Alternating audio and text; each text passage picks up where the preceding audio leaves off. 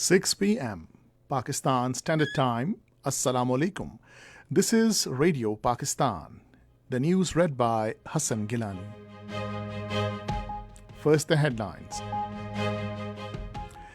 Caretaker Prime Minister represented Pakistan in opening session of World Climate Action Summit in Dubai today. The UN Secretary-General has appreciated operationalization of Loss and Damage Fund by COP28 conference. Pakistan has asked Afghanistan to take immediate steps against terrorist entities operating from its soil. Pakistan Navy has deployed PNS Tughril to ensure safety and security of merchant ships amidst situation in the Middle East. Pakistan Stock Exchange witnessed another great surge today with a rise of more than 1,000 points in the KSE 100 index. In Indian illegally occupied Jammu and Kashmir, complete shutdown was observed today to protest against posting of blasphemous video by an Indian student. And now the news in detail. Caretaker Prime Minister Anwarul Haque Kakar has attended the opening session of the World Climate Action Summit. On this occasion, he held informal talks with various world leaders, including British Prime Minister Rishi Sunak and the Prime Minister of Denmark, Ms. Mette Frederiksen. Addressing the COP28 summit, Britain's King Charles said the global economy would be in peril unless the environmental is rapidly repaired. He said the dangers of climate change are no longer a distant risk and urged the world leaders to take more action.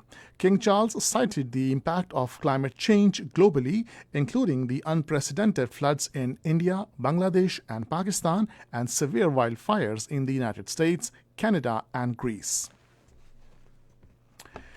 Caretaker Prime Minister Anwarul Haque Kakar has held informal conversation with British King Charles III on the occasion of 28th Conference of the Parties, COP28, in Dubai.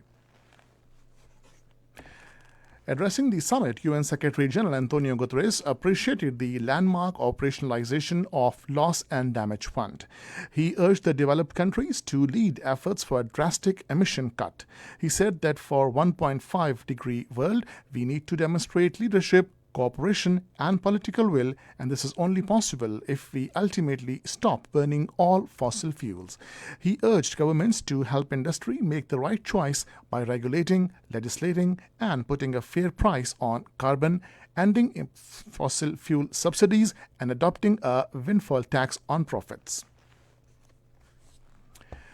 The UAE President Sheikh Mohammed bin Zayed has announced the establishment of a $30 billion fund for global climate solutions. He said this fund has specially designed to bridge the climate finance gap, ensuring availability and accessibility as well as affordability. He said its objectives is to stimulate an investment of $250 billion by 2030. Pakistan has once again asked Afghanistan to take immediate and effective steps against terrorist entities operating from its soil. At her weekly news briefing in Islamabad today, Foreign Office spokesperson Mumtaz Zahra Baloch voiced concern over presence of terrorist sanctuaries in Afghanistan. She said Pakistan desires peaceful and friendly relations with Afghanistan and advocated internationally that humanitarian assistance to Afghanistan must continue. Expressing concerns over the situation in Indian illegally occupied Jammu and Kashmir, the spokesperson urged India to repeal its draconian laws and stop using the bogey of terrorism to suppress dissent in the occupied territory. Pakistan Navy has deployed PNS Tughril to ensure safety and security of merchant ships carrying shipments to and from Pakistani ports amidst prevailing maritime situation in the Middle East. According to a spokesman of Pakistan Navy, Pakistan Sea Force is committed to ensure freedom of navigation on high seas and safety of international sea lanes of communication, besides safeguarding national maritime interests and trade through the sea. In the same spirit, it regularly deploys its ships on regional maritime security patrols and also contributes to collaborative maritime security efforts under the ambit of combined maritime forces. Pakistan Stock Exchange witnessed another great surge in business activity today with a rise of more than 1,000 points in the KSE 100 index, after which the 100 index crossed the psychological limit of 61,000. The continuous positive trend in the stock exchange has brought in a great sense of confidence among the business and trade community. Constant positive trend in Pakistan Stock Exchange also reflects efforts by caretaker government and other state institutions to put economy back on track. Thailand's Chief Ombudsman and International Ombudsman Institute Asia Region President Somnasak Swansurajidi called on Sindh Governor Kamran Khan Tesori in Karachi today. The governor briefed the visiting dignitary about the steps taken for the needy people, especially provision of ration bags in the province. On the occasion, Somnasak Swaranjiti appreciated the initiatives taken by Sindh Governor for the development of the province. This is Radio Pakistan. Pakistan has urged the international community to provide adequate funding to the World Health Organization to assist developing countries in improving their health infrastructures. Speaking at the General Assembly, acting permanent representative of Pakistan to the UN, Ambassador Muhammad Usman Iqbal Jadoon said that developing countries need access to essential healthcare services, affordable essential medicines, vaccines, and latest diagnostics and health technologies, including assistive technologies. Complete shutdown was observed in Indian illegally occupied Jammu and Kashmir today against the posting of a blasphemous video about Prophet Muhammad, peace be upon him, by a Hindu student from India studying at an institute in Srinagar.